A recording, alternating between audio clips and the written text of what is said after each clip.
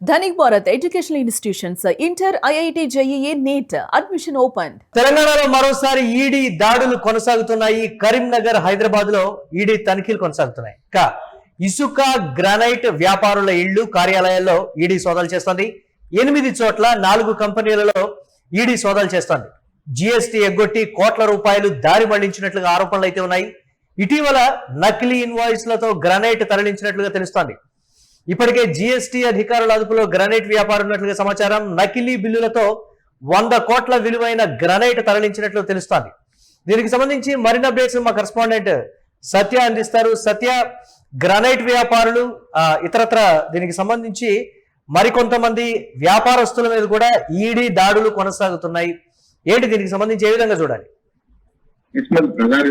ED అధికారులు ఒక్కసారిగా హైదరాబాద్ అలాగే కరీంనగర్ ఈ 2 ప్రాంతాల్లో వేరువేరుగా మొత్తం కూడా 8 వేర్వేరు ప్రాంతాల్లో కూడా మరి ఈడీ అధికారులు అయితే ఒక్కసారిగా దాడి చేసిన పరిస్థితి కనబడతా ఉంది. 4 కంపెనీలకు సంబంధించి ఏదైతే ఈ 4 కంపెనీలు కూడా ఇటు ఇసుక అలాగే గ్రానైట్ వ్యాపారం చేస్తా ఉన్నాయి.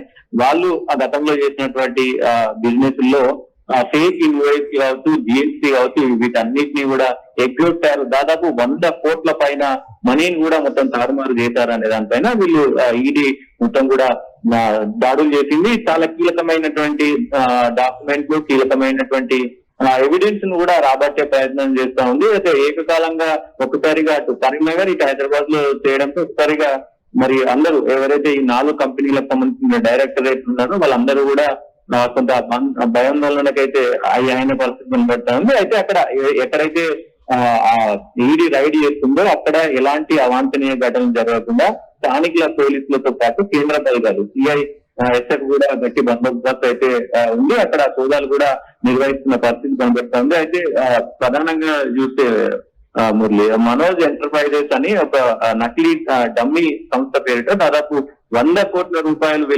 విలువైనటువంటి గ్రానైట్ రాళ్లను, స్లబ్లను అక్రమంగా తరలించారనేది ఒకటి తెలుస్తుంది. ఇప్పుడు దాంతో పాటు 17 కోట్ల జిఎస్టీని కూడా ఎగవేశారు అనేది నకిలీ సంస్థ ద్వారా మొత్తం కూడా ఈబే బిల్స్ పేరు మీద అలాగే జీరో బిజినెస్ పేరు మీద దాదాపు 16.96 కోట్ల పన్ను కూడా ఎగ్గొట్టినట్టు వీటన్నిటిని కూడా ఆధారాలు ఒకటొకటి బయటికి తీస్తున్న పరిస్థితి అయితే కనపడతా ఉంది. ఇప్పటికే ఈ సిండికేట్ లో కీలక పాత్ర పోషించినటువంటి కరీంనగర్ కొత్తపల్లి మండలానికి చెందినటువంటి దాసరి శ్రీకాంత్ అనే గ్రానైట్ వ్యాపారిని కూడా మరి మే 21న జిఎస్టీ అధికారులు అరెస్ట్ చేసిన పరిస్థితి ఉంది. ఆయన్ని కూడా జైలుకు పంపించారు. సో ఇవన్నీ కూడా అంటే ఆయన త్రూ అసలు ఏం జరుగుతుంది ఏంటి అనేది కూడా మొత్తం ఈడీ కొంత ఊపి లాగినట్టు తెలుస్తా ఉంది. దాంట్లో భాగంగానే ఈ రోజు ఈ వేర్వేరు అంటే 8 వేర్వేరు ప్రాంతాల్లో కూడా మరి ఈడీ అధికారులు సర్వేలు చేస్తా ఉన్నారు. దాదాపు 100 కోట్లకు సంబంధించినటువంటి వ్యవహారం కూడా బయటపడే అవకాశం ఉంది. అయితే మరికొద్ది సేపట్లో కూడా ఈ డీటెయిల్స్ ఏదైతే కరీంనగర్ లో అలాగే హైదరాబాద్ లో ఈడీ రైడ్ చేస్తున్నారో బట్ అన్ని డీటెయిల్స్ కూడా బయట పెట్టే అవకాశం కనిపిస్తా ఉంది. మురళి, కంటిన్యూస్ గా కొనసాగుతున్నటువంటి దాడులు అలాగే వెలుగు చూస్తున్నటువంటి మాయాజాలం అంటే పర్టికులర్ గా జిఎస్టీ కావచ్చు లేకపోతే ఇతరత్ర నకిలీ ఇన్వాయిస్లు పెట్టి తరలిస్తున్నటువంటి దానికి సంబంధించి చాలా రకాలుగా వెలుగు చూస్తున్నటువంటి పరిస్థితులను ఎలా చూడాలంటారు? ఈ పరిణామాలన్నింటినీ తవ్విన కొద్దీ 100 కోట్ల రూపాయల విలువైనటువంటి స్కామ్లు బయటపడుతున్నాయి కదా, దాన్ని ఎలా చూడాలంటారు?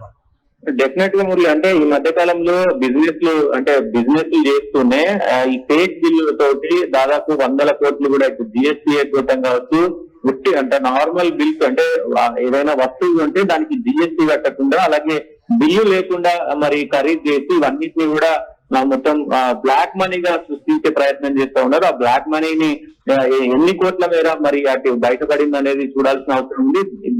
దీంట్లో భాగంగానే ఏదైతే ఈ మొత్తం కూడా జిఎస్టీకి సంబంధించిన వ్యవహారంలో ఇంకా ఈ 100 కోట్లు కాకుండా దాదాపు ఏదైతే మనోజ్ ఎంటర్ప్రైజెస్ ఉందో ఈ 100 కోట్ల వ్యవహారం కాకుండా ఇంకో 17 కోట్లు కూడా మరి జిఎస్టీ ఎగ్గొట్టారు. ఇవే కాకుండా ఇంకా ఎక్కడెక్కడ ఏ కంపెనీలు ఈ తరహాలో మనీ లాండరింగ్ కు పాల్పడ్డాయి అనేది ఆరా తీస్తా ఉంది.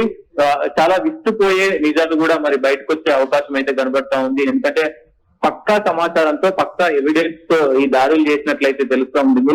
చాలా ఏదైతే ఈ సంస్థకు సంబంధించి ఏదైతే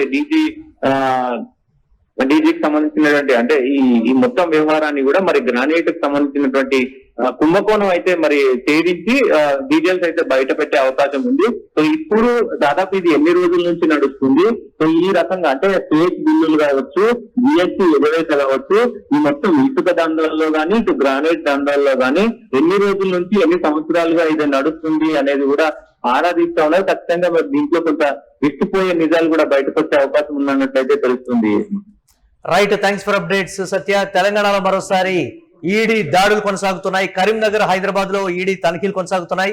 ఇసుక గ్రానైట్ వ్యాపారుల ఇళ్లు, కార్యాలయంలో ఈడీ సోదాలు జరుగుతున్నాయి. 8 చోట్ల 4 కంపెనీల్లో సోదాలు చేస్తోంది ఈడీ. జిఎస్టీ ఎగ్గొట్టి కోట్ల రూపాయలు దారి మళ్లించినట్లుగా ఆరోపణలు అయితే ఉన్నాయి. ఈ నేపథ్యంలో ఇటీవల నకిలీ ఇన్వాయిస్లతో గ్రానైట్ తరలించినట్లుగా కూడా అధికారులు గుర్తించారు. ఇప్పటికే జిఎస్టీ అధికారుల అదుపులో గ్రానైట్ వ్యాపారి ఉన్నారు అనేటువంటి మాట. నకిలీ బిల్లులతో 100 కోట్ల విలువైన గ్రానైట్ తరలించినట్లుగా కూడా అధికారులు గుర్తించారు.